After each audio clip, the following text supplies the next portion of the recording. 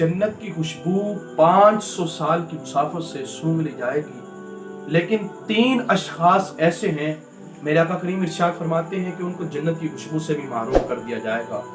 आका करीम से पूछा गया, या रसूल अल्लाह, वो कौन से 3 अशखास हैं जिनको जन्नत की खुशबू से भी महरूम रखा जाएगा? कौन से बदबख्त हैं?